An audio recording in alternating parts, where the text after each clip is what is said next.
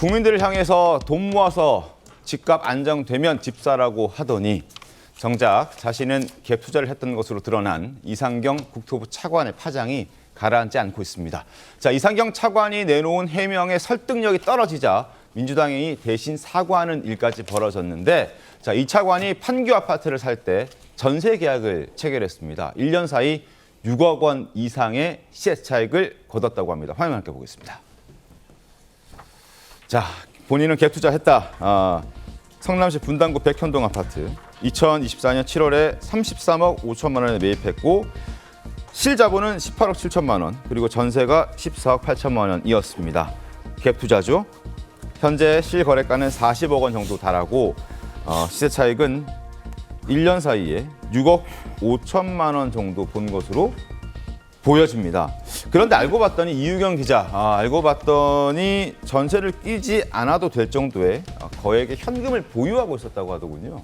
네, 이상경 차관 측이 지난해 이 백형도 아파트를 33억 5천만 원에 구입을 했는데요. 전세 보증금 14억 7천만 원, 8천만 원 정도를 끼고 이렇게 매입을 했습니다. 네. 그런데 이번에 고위공직자 재산 공개 내역을 보니까 가용할 수 있는 현금이 최대한 29억 원 정도를 가지고 있는 것으로 드러났습니다. 물론 지난해 백현동 아파트를 구입했을 당시의 현금이 어떤지는 물론 체크를 좀 해보고 해명을 또 들어봐야 되는 상황이지만요. 처음 논란이 일자 이상경 차관 측에 내놨던 해명이 백현동 아파트 구입 당시에 과도한 대출을 일으켜서 사는 일반적인 갭 투자와는 성격이 다르고 현금을 주고 구입을 했다라고 해명을 했거든요. 근데 이에 대해서도 그러면 현금 부자만 갭 투자를 하라는 얘기냐, 대출을 다 주고도 우리는 15억 정도의 집도 사기 어렵다라는 그런 비판의 얘기들이 이어지고 있는 겁니다. 그렇군요.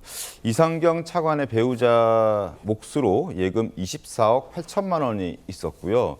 그리고 이상경 차관의 몫으로는 예금이 3억 5천만 원이나 있었습니다. 그래서 가용할 수 있는 자산이 29억 원이나 됐는데 그럼에도 불구하고 전세를 꼈다. 왜 그랬을까? 여러 가지 의혹들이 뒤따르고 있습니다. 그리고 이상경 차관의 배우자 한모 씨가 보유하고 있던 주식이 있는데 이 주식도 꽤 많았습니다. 2억 원 정도의 주식을 보유하고 있었다면서 어떤 종목들을 갖고 있었습니까? 네, 나스닥에 상장된 그 기업의 주식을 한 2억 정도 들고 있었고요. 또 비상장 주식을 또 1,000만 원 정도 들고 있었는데요. 네. 이 부분도 이제 주식이기 때문에 가용할 수 있는 현금으로 볼 수가 있는 겁니다. 네. 나스닥에 상장돼 있는 기업 같은 경우에는 최근에 좀 유명하죠. 비트코인을 많이 보유하고 있는 기업으로 알려지면서 최근에 주가가 또 많이 오른 기업이기도 합니다. 알겠습니다.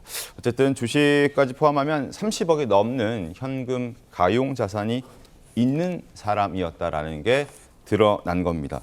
자, 정원진 대변인님. 예. 그러니까 이제 이 차관 측은 작년 판교 아파트를 살 당시에 거주하는 집이 안 나가서 부득이하게 전세를 끼고 살 수밖에 없었다 했는데 가용 자산이 이렇게나 많았습니다. 그럼 뭐 전세 안 껴도 됐던 상황 아니었을까요? 그러니까 그 전세를 끼지 않아도 대금은 충분히 마련할 수 있었을 것 같아요. 네. 지금 29억 원인데 아마 기존에 있었던 집을 판 자금이 추가로 유입돼서 29억 원일 거라고 제가 추론은 해보는데 네. 그렇다고 하더라도 당시에 전세를 끼지 않고도 그 집을 살 수 있는 상황은 충분히 됐었던 거죠.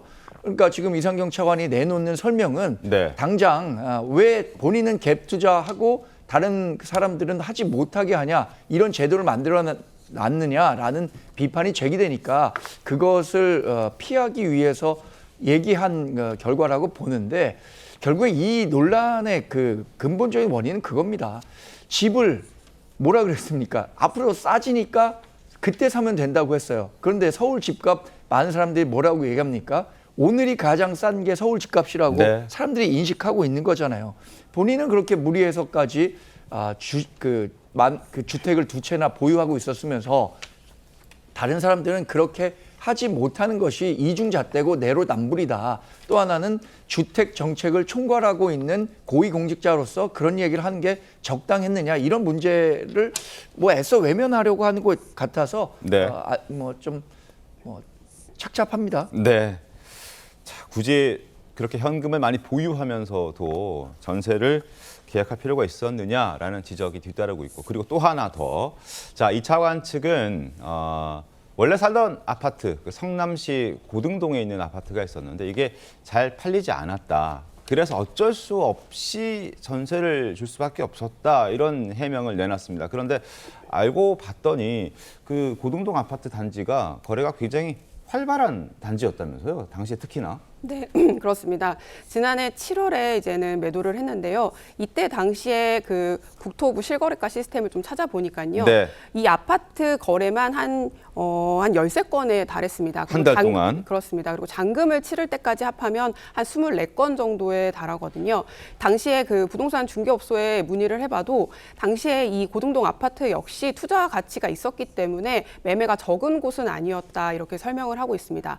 참고로 설명을 드리면 이 차관은 이 고등동 아파트를 매도를 하고 본인이 전세로 들어가는 주인 전세로 들어가게 된 겁니다. 그것도 참 이상하지 않습니까? 그러니까 보통의 경우에는 이제 자신이 이사갈 집을 구입을 하고 그리고 기존의 집을 이제 팔잖아요.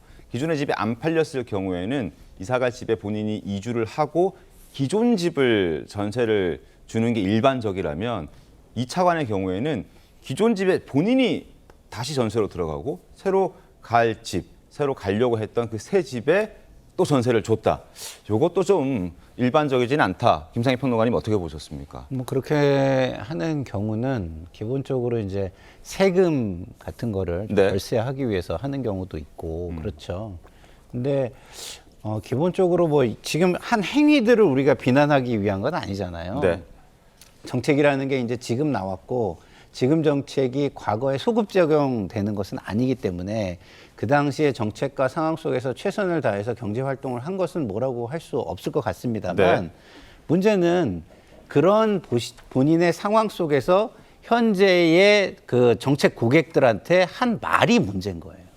그 말도 안 되는 얘기를 나는 그 입장에 있지 않기 때문에 그 당신들은 상관없어라는 식으로 여겨지잖아요. 네. 그 말이 정말 부적절했다. 본인이 겪은 게 있으면 그런 걸 다 감안해서 국민들의 지금 현 상황과 이런 걸 잘 헤아리면서 말을 했어야 되는데 네. 정책을 옹호하기 위해서 그랬다라는 명분은 있을 수 있으나 네. 국민들을 위해서 정책을 하는 공직자로서는 굉장히 국민 정서를 어긋나는 해치는 말을 했다는 게 큰 문제인 것 같습니다. 알겠습니다.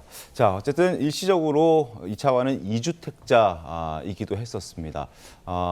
지금 취임하기 직전인 지난 6월 7일에 집을 팔았는데 그 전까지는 2주택자였습니다.